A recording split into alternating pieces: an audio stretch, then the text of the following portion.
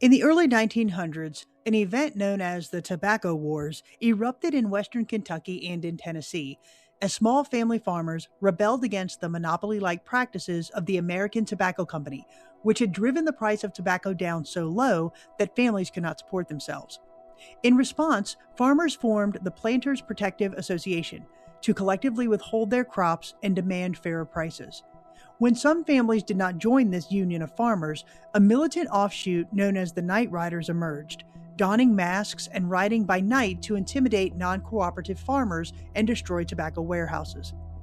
Their campaign of vigilante justice, marked by barn burnings, whippings, and raids, peaked between 1904 and 1909, casting a long shadow over the region.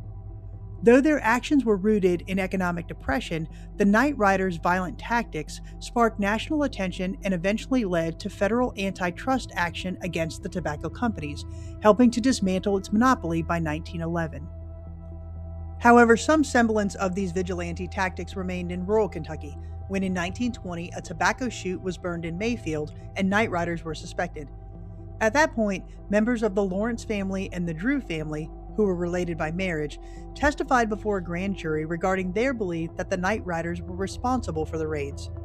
On the night of June 25, 1921, 11 members of the Lawrence and Drew families, 5 adults and 6 children, were gathered together at the home of Ernest Lawrence.